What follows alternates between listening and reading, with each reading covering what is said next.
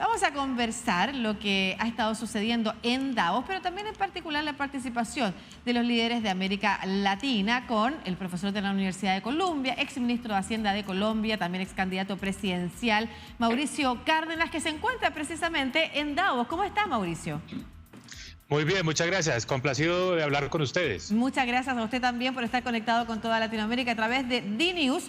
Usted como persona del mundo de la economía, pero también como político, sabe la relevancia que tiene efectivamente el foro Davos. ¿Qué le ha parecido, primero, a grandes rasgos, la participación de los líderes de la región en ese panel? Bueno, este es un foro muy importante. Es la primera vez que se hace después de la pandemia presencialmente, digamos, en una magnitud, un tamaño importante. Y la presencia de los presidentes latinoamericanos, pues, es significativa. Yo diría que vinieron algunos, no muchos.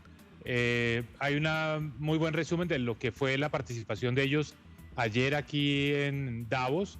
Hay varios matices, o sea, aquí no está representada una sola línea desde el punto de vista ideológico de América Latina. Yo creo que se marcó una diferencia grande, por ejemplo, entre el presidente del Ecuador, la vicepresidenta de República Dominicana por un lado y el presidente de Colombia, Gustavo Petro, donde los énfasis son distintos, los temas que se tratan son diferentes. Gustavo Petro además tuvo una presentación en otro panel donde tuvo una posición muy fuerte en contra de la industria petrolera, de los sectores extractivos, hablando de que había que desarrollar un nuevo modelo capitalista sin las industrias extractivas. Eso pues le generó aplausos en ciertos sectores, pero también grandes críticas de quienes ven que el petróleo, los minerales, especialmente el carbón, son necesarios por un tiempo más y no se pueden suprimir de un día para otro, y sobre todo en países como los nuestros en América Latina, que todavía derivan una parte muy importante de sus ingresos, de sus rentas fiscales, de sus divisas, de estos sectores extractivos. Entonces, yo diría que fue la primera presentación ante este privilegiado auditorio, sobre todo de empresarios del mundo, donde los presidentes latinoamericanos se mostraron, y yo diría que todavía no es temprano para hacer un balance definitivo, pero no creo que hayan logrado poner a América Latina en el centro de la conversación. Es importante eso. Venimos hablando precisamente con Jorge Saad, del Centro de Estudios Internacionales de la Universidad Católica, a propósito de la presentación del informe América Latina, riesgo político, sobre efectivamente las necesidades de una América Latina, que es algo también de lo que concuerdan diversos líderes. Fortalecida, que no sea una década perdida más, porque puede haber una década perdida, pero puede haber otra peor, señalan, y que es importante para eso fortalecer efectivamente las miradas desde una América Latina hacia el mundo. ¿Es posible, independiente de las diferencias efectivamente de énfasis, como está señalado, poder vislumbrar que América Latina se puede rearticular como un bloque que permita enfrentar el mundo con mayor fortaleza? A ver, América Latina hoy no es el problema a resolver. O sea, el mundo tiene unos problemas más graves, más complejos. Pues obviamente la guerra aquí en Europa, la invasión de Rusia a Ucrania, es tal vez el más grave de todos, pero también hay una crisis energética, y en esta reunión de Davos vuelve a entrar en escena con mucha fuerza la problemática del cambio climático. Entonces, América Latina está bien posicionada, no solo para no ser parte del problema, sino para ofrecer las soluciones. América Latina tiene la biodiversidad, claro, tiene las energías limpias. América Latina puede ser una fuente muy importante de seguridad energética en el mundo. Recordemos que la producción de petróleo en América Latina ha aumentado en los últimos años por cuenta de Brasil, Argentina, Guyana, en fin, más soluciones que problemas. Pero para eso, América Latina tiene que, pues, en primer lugar, articularse, coordinarse, mostrarse a la comunidad internacional como una región confiable, como una región que puede ser la solución a muchos de estos problemas. Y creo que esto se logra en la medida en que América Latina se sienta menos ideologizada, menos dogmática, un poco más pragmática. Todavía hay muchos ecos de esos discursos con los que los actuales presidentes se eligieron, que fueron unos discursos pues un tanto populistas, un tanto, digamos, sesgados desde el punto de vista ideológico, y lo que quiere el mundo en este momento es más pragmatismo, más posibilidades de tener en América Latina un socio confiable. Claro.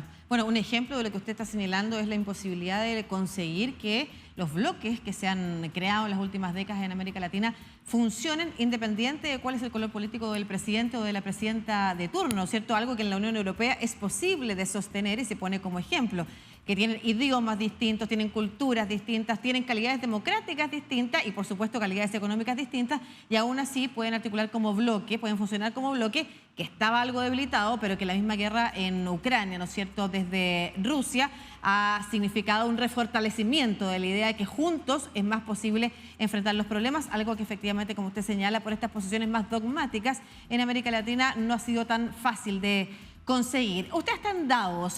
¿Qué otra cosa le ha parecido interesante de este foro que nos pudiera ayudar a transmitir también? Bueno, tal vez lo más importante es que hasta finales del año pasado se respiraba un ambiente de cierto pesimismo en materia económica. Se hablaba de la inminencia de una recesión muy fuerte en Europa, en los Estados Unidos. Ya no se habla tanto de la problemática económica, es decir, no se ve como inevitable una situación económica deteriorada. Por el contrario, creo que el mensaje ahora es más optimista. Es posible que los países logren evitar una recesión. De manera que esto me ha llamado la atención porque no ha sido el tema central. Más bien se ha dicho América Latina puede beneficiarse de un entorno global económico no tan deteriorado, un entorno más positivo. Entonces se aleja un poco el fantasma de esa crisis económica global. Y vuelve y entra en escena, como decía hace un minuto, con mucha fuerza, la agenda climática, el cambio climático, los problemas asociados a la transición. Energética. Eso ocupa más tiempo en las agendas, más tiempo en los paneles, en los eventos, que la crisis o la eventual crisis económica. Y ahí hay algo que usted pudiera decir, está concitando cierto consenso efectivamente en los líderes económicos del mundo. Es hoy que lo conversábamos hace un tiempo atrás a propósito de APEC, como incluso desde China se hablaba del tema de la transición energética, del cambio climático, o en una cumbre que es completamente económica, es posible encontrar ahora conversaciones sobre medio ambiente, y no porque están en los paneles de activistas, sino que porque se transforma en un tema prioritario para la sostenibilidad del desarrollo. ¿Hay una conciencia mayor sobre la necesidad de avanzar más rápidamente en esos cambios, pese a la crisis del combustible que hay a propósito de la guerra en Europa? Sin duda. Es lo que más llama la atención. Hay mucha conciencia, es un tema transversal, están todos los paneles de los banqueros, los paneles de los organismos multilaterales, los paneles de los presidentes, de los ministros de Hacienda, en fin, está por todas partes. Lo que queda claro es que el mundo no va bien en ese sentido, que no se están logrando los objetivos y que es necesario acelerar el paso, y ahí entran los estados. Entonces, también algo para anotar es que se habla mucho de algo que estaba relativamente prohibido, que eran las políticas industriales, los gobiernos tomando actitudes muy proactivas para desarrollar estos sectores, las nuevas tecnologías.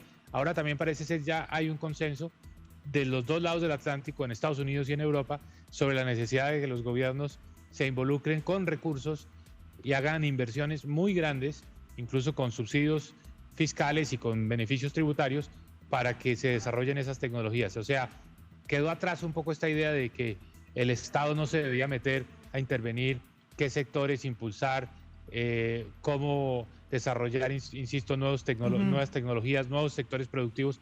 Hay un consenso de que el Estado es parte fundamental de la solución a estos problemas. Claro, que tiene que ser en colaboración, ¿no es cierto? El mundo de la academia, la investigación científica, el mundo público, efectivamente, y también el mundo privado. Son intereses distintos que cuando se articulan y trabajan en conjunto, efectivamente pueden proyectar grandes, no solamente nuevos descubrimientos, nuevas tecnologías, nuevas plataformas para efectivamente desarrollar algo distinto, que no siempre la industria o el mundo privado puede hacer porque significa riesgo, y que por otro lado el mundo público no necesariamente tiene los recursos o la infraestructura para avanzar.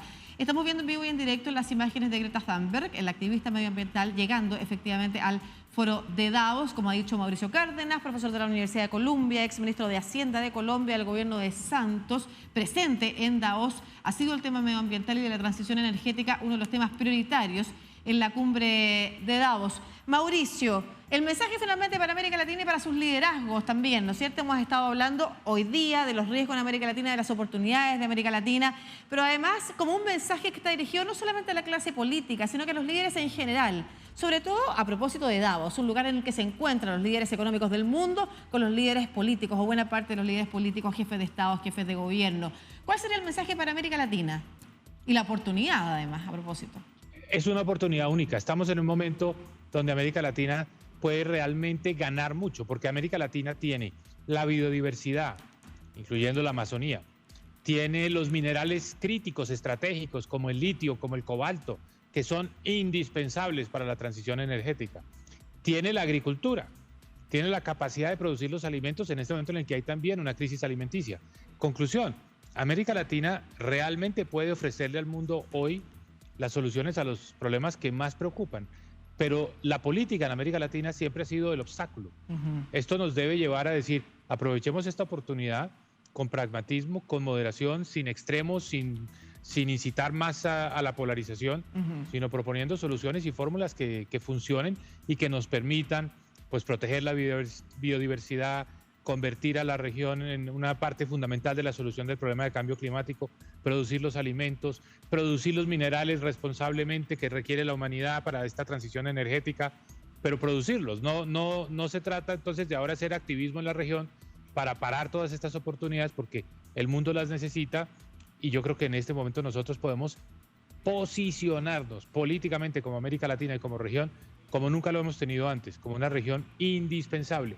Pero eso requiere un liderazgo pragmático, realista, claro, aterrizado, moderado, no posiciones ideológicas que al final del día lo que hacen es suscitar, generar, estimular unas controversias internas en cada uno de nuestros países, pero que da muy pocos resultados hacia afuera. Claro, efectivamente lo estamos viendo en distintos países de Latinoamérica, también en Chile, cómo la disputa política, la pelea política detiene otras grandes conversaciones con las que podría efectivamente no solamente avanzar el país, sino que en conjunto la región.